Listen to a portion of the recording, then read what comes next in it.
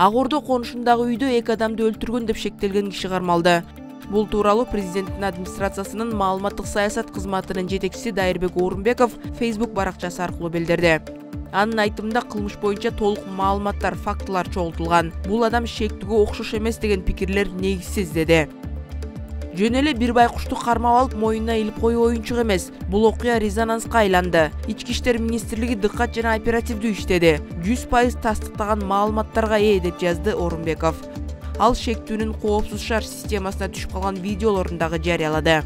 Ошондой эле анын атасы мурда 2 жолу соттолгон. Уюшкан кылмыштуу топтун жетекчилеринин бири Дөө Чыңгыздын жакын адамы болгону кабарланды.